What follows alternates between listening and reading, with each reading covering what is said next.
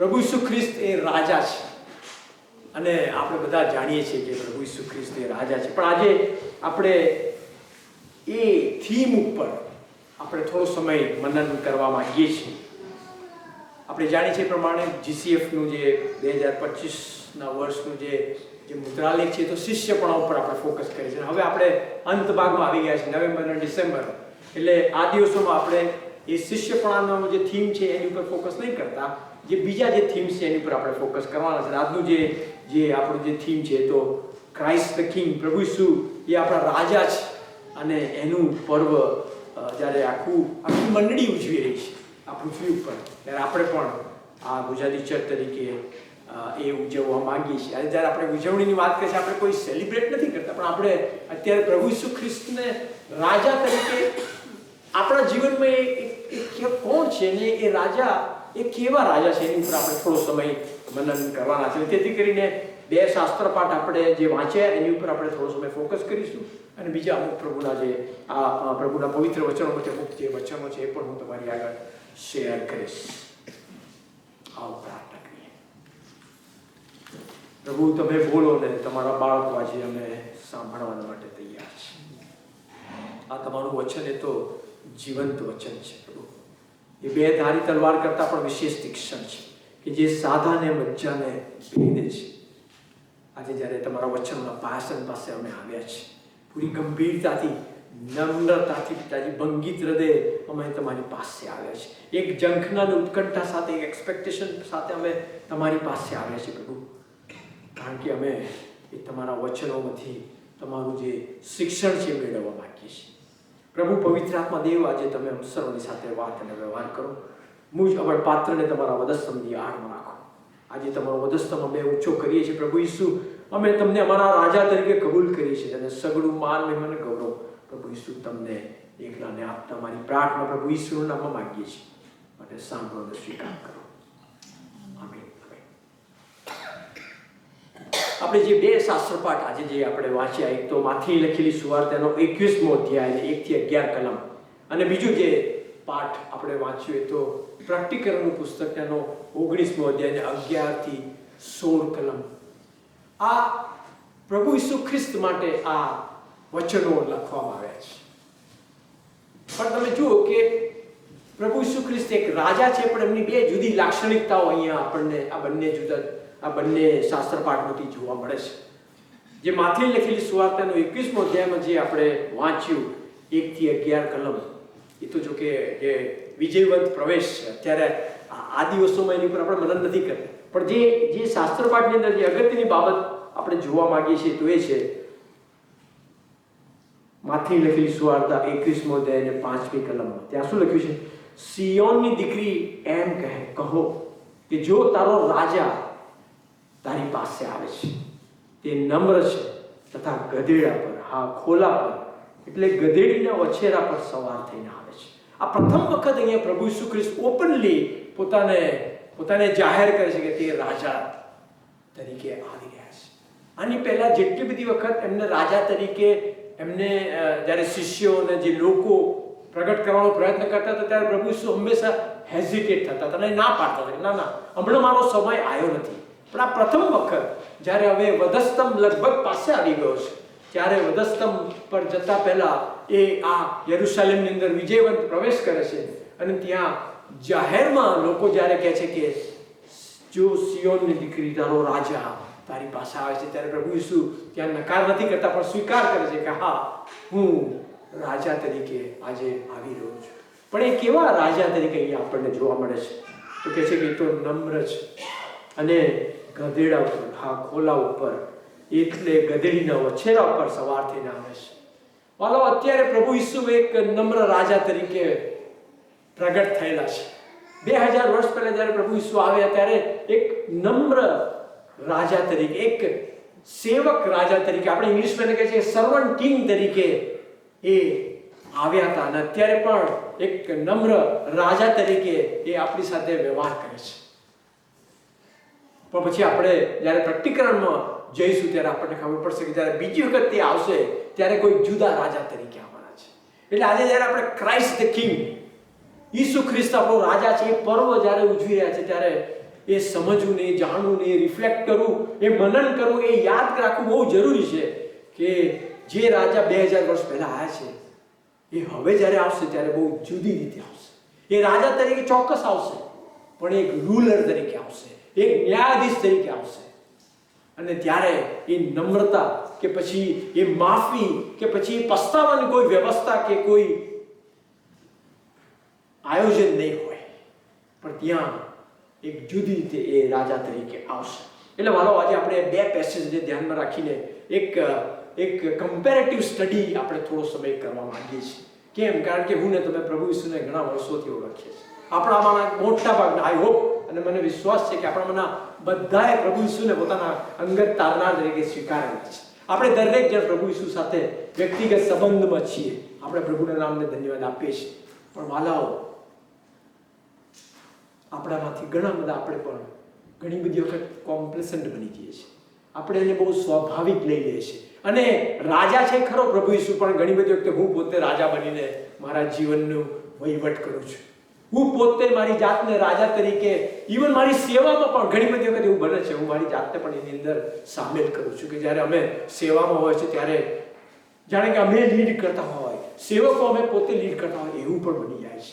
અને ત્યારે પ્રભુનું વચન આજે મને અને આપણ સર્વને એક ચેતવણી અથવા તો એક જાતનું અંગુલી નિર્દેશ કરે છે કે ખરેખર શું તે આપણો રાજા છે કે પછી આપણે પોતે રાજા તરીકે આપણા જીવનોમાં રાજ કરીએ છીએ.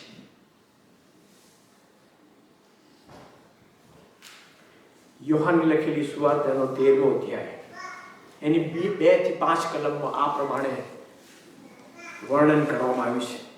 યોહાનની લખેલી સુવાર્તાનો 13મો અધ્યાય 2 થી 5 કલમ. હવે શૈતાને અગાઉથી સિમોનના દીકરા યહૂદા ઇસ્કારિયોતના મનમાં તેમને પરસ્વાધીન કરવાની પ્રેરણા કરી હતી. તેઓ જમતા હતા તેવામાં પિતાએ બધો અધિકાર મારા હાથમાં સોંપ્યો છે અને હું ઈશ્વરની પાસેથી આવ્યો છું અને ઈશ્વર પાસે જાઉં છું એ જાણીને ઈસુ જમણ પરથી ઉઠે છે અને પોતાનો જબ્બો ઉતારીને તેમણે રૂમાલ લીધો અને પોતાની કમરે બાંધ્યો. ત્યાર પછી વાસણમાં પાણી રેડીને શિષ્યોના પગ ધોવા તથા કમરે બાંધેલા રૂમાલથી તે લૂછવા લાગ્યા. એક સર્વન્ટ કિંગ, રાજા પણ એ સેવક રાજા તરીકે અહીંયા આપણે જોઈ રહ્યા છીએ. આ યોહાનની લખેલી સુવાર્તામાં 13મા અધ્યાયથી આગળ જે પેસેજ છે એ બધા ફેરવેલ મેસેજ છે. આપણે જાણીએ છીએ પ્રભુ ઈસુ પોતાના શિષ્યોને વિદાયનો સંદેશ આપી રહ્યા છે. અને 13મી કલમની અંદર આજે પગ ધોવાની આખી જે ઘટના છે આપણે જાણીએ છીએ. એના વિશે આપણે બહુ વખત આપણે વાંચ્યું છે. પણ અહીંયા એક બાબત જે આપણે જોવા માંગીએ છીએ કે પ્રભુ ઈસુનું અહીંયા જે સ્વરૂપ છે અથવા તો જે પ્રભુ ઈસુનું જે કેરેક્ટરિસ્ટિક્સ આપણને જોવા મળે છે તો શું છે? સર્વન્ટ કિંગ છે, એક સેવક રાજા તરીકે. કેમ? કારણ કે એ પોતાનો જબ્બો ઉતારીને પોતાની કમરે રૂમાલ બાંધીને પોતાના શિષ્યોને એમના પગ ધોવે છે. અને પછી એ આખી ક્રિયા જ્યારે પૂરી થાય છે ત્યારે પ્રભુ ઈસુ પોતાના શિષ્યોને કહે છે કે જેવું મેં તમને કર્યું તેવું તમે બીજાઓને કરો. તો વાલાઓ, જો એ મારો રાજા છે પ્રભુ ઈસુ, તો અત્યારે મારું જે જીવન કેવું હોવું જોઈએ? એક સર્વન્ટ કિંગ જેવું, એક સર્વન્ટ અથવા તો સેવક અથવા દાસના જેવું હોવું જોઈએ. એ મારે શબ્દોથી કહેવાની જરૂર નથી, પણ મારા વર્તણૂકમાં એ દેખાવું જોઈએ. હું મારા ભાઈ બહેનો સાથે, મારા મિત્રો સાથે, મારા સહકર્મચારીઓ સાથે, મારા કુટુંબમાં જ્યારે હું વ્યવહાર કરું છું ત્યારે લોકોને એ દેખાવું જોઈએ કે હું એ જે મારો સર્વન્ટ કિંગ છે એનો દાસ તરીકે હું પેશ થયેલો છું.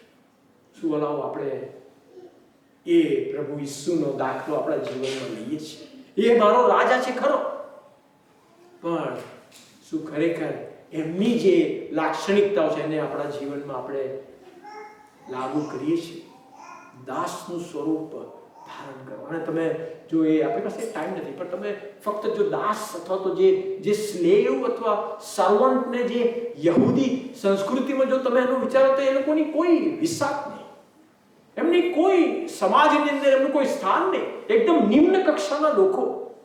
આપણે ઇન્ડિયામાં, ભારતમાં દલિત વર્ગ છે. આખો કાસ્ટ સિસ્ટમ ચાલે છે ને આપણા ભારતની અંદર, કે જે ઉચ્ચ વર્ગના અને પછી જે સૌથી નિમ્ન કક્ષાના એ દલિતો છે. કે જે ઇંગ્લિશમાં એમને ઇનવિઝિબલ કહે છે, જે દ્રશ્યમાન નથી, અનટચેબલ કહે છે, અછૂત કહે છે. આ જે યહૂદી સંસ્કૃતિને, યહૂદી સમયની જે દાસ અને જે સ્લેવ અથવા જે ગુલામ હતા, એ લોકોની કંઈક આવી જ પરિસ્થિતિ હતી.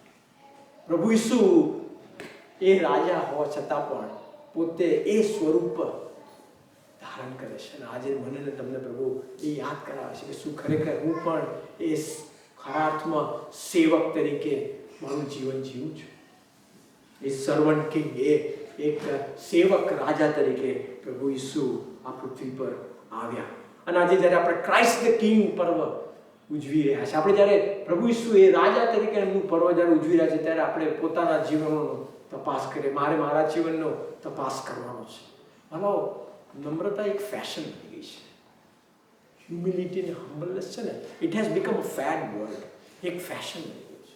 હું મારી જાતને અંદર ઇન્વોલ્વ કરું, કારણ કે હવે એક જાતનું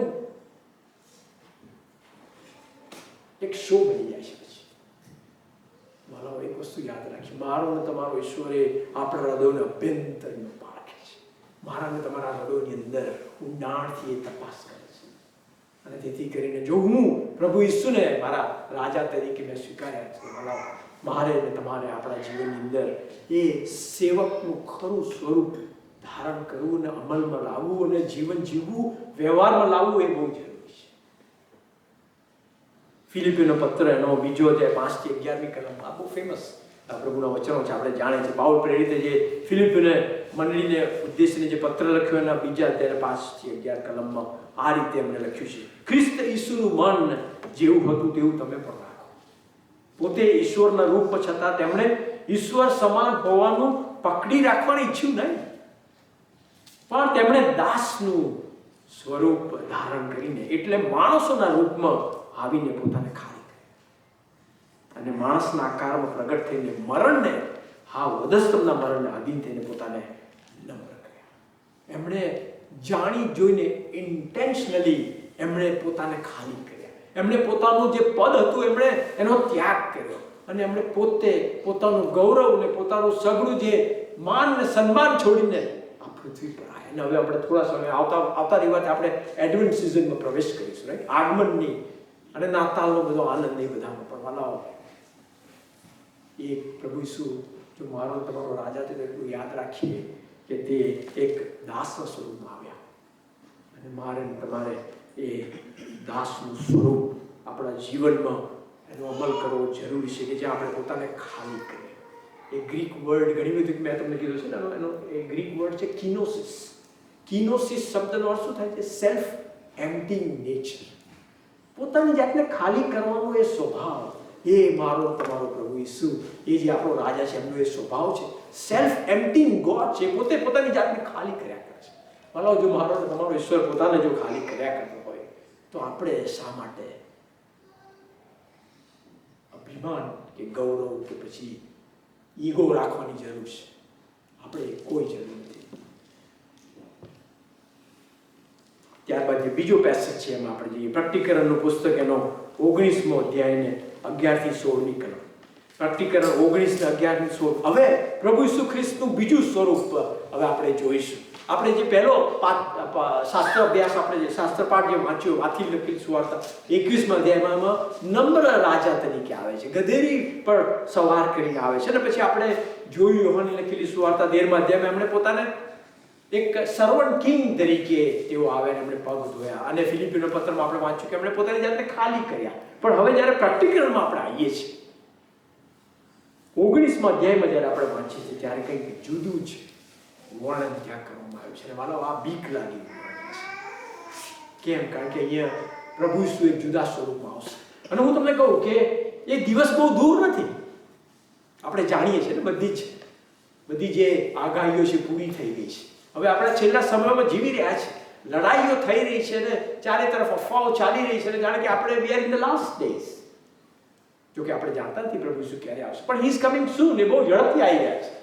પણ એ જ્યારે આવશે ત્યારે આ રીતનું એમનું સ્વરૂપ હશે ને આપણે બધા અત્યારે એને વાંચીએ. પ્રકટીકરણ એનો 19મો અધ્યાય 11મી કલમ તમારી પાસે હોય તો તમે બાઇબલને ફોલો કરજો પ્લીઝ. પછી મેં આકાશ ઉઘડેલું જોયું, તો જુઓ એક શ્વેત ઘોડો, અને તેના પર એક જણ બેઠેલો છે. તેનું નામ વિશ્વાસુ તથા સાચો છે.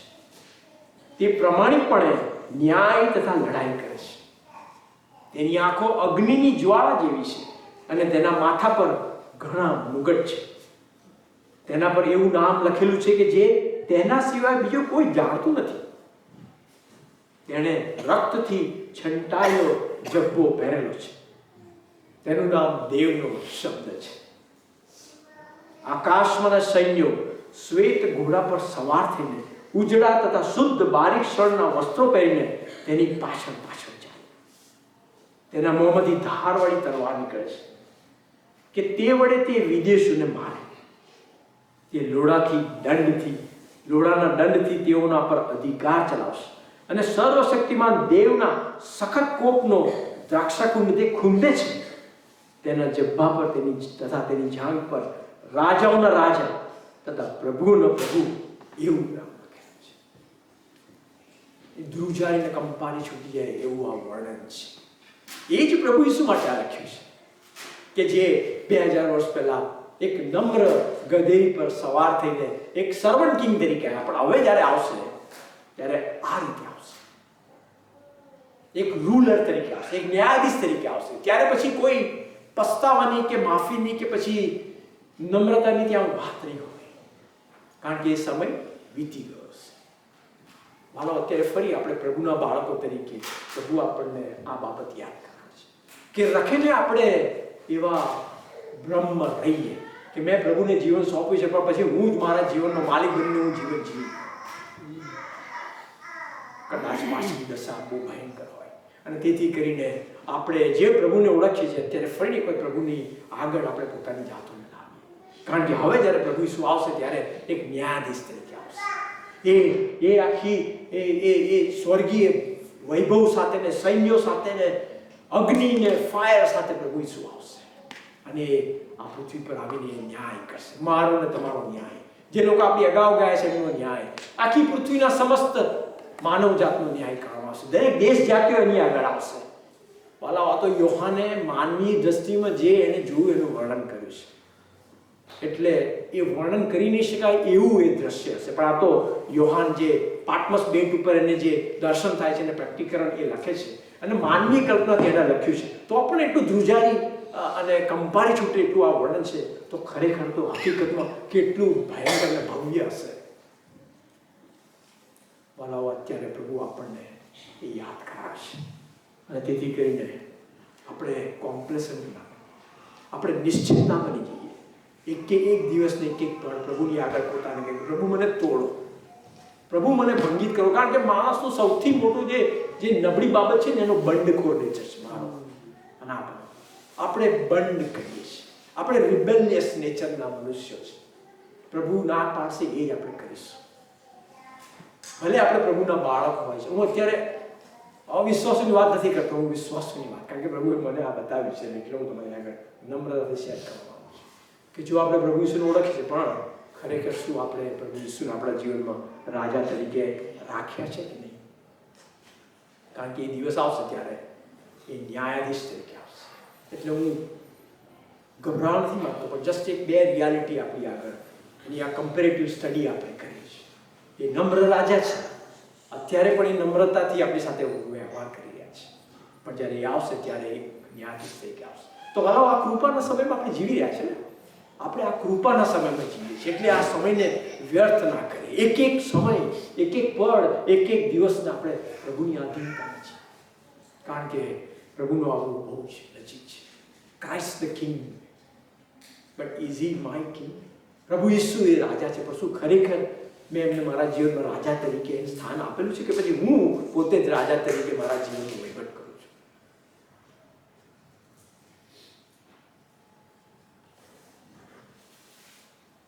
રવિન્દ્રનાથ ટાગોર આપણે જાણીએ છીએ, એ ઇન્ડિયાના બહુ મોટા લેખક થઈ ગયા, કવિ થઈ ગયા, ફિલોસોફર થઈ ગયા, રાઇટર થઈ ગયા, પબ્લિશર થઈ ગયા અને વેસ્ટ બેંગોલની અંદર અને આખા ઇન્ડિયા, આખા વર્લ્ડમાં એમની કવિતાઓ બહુ પ્રચલિત છે.